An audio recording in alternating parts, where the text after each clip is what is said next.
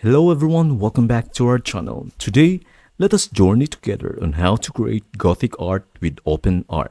So, let us begin. To start, open your web browser and visit openart.ai.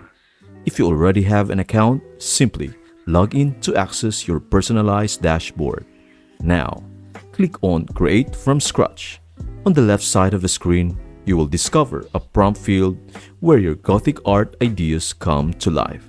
For instance, imagine crafting, produce an AI-generated Gothic artwork that features a hauntingly beautiful depiction of a Gothic cathedral or castle, with eerie lighting and dramatic shadows.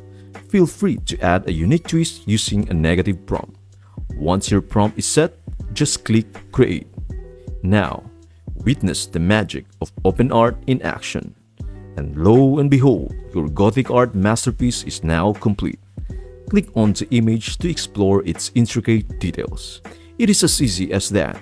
Your imagination transforms into Gothic art with just a prompt. Delve into a world of limitless creativity and craft hauntingly beautiful pieces that celebrate the dramatic and eerie allure of Gothic architecture with OpenArt.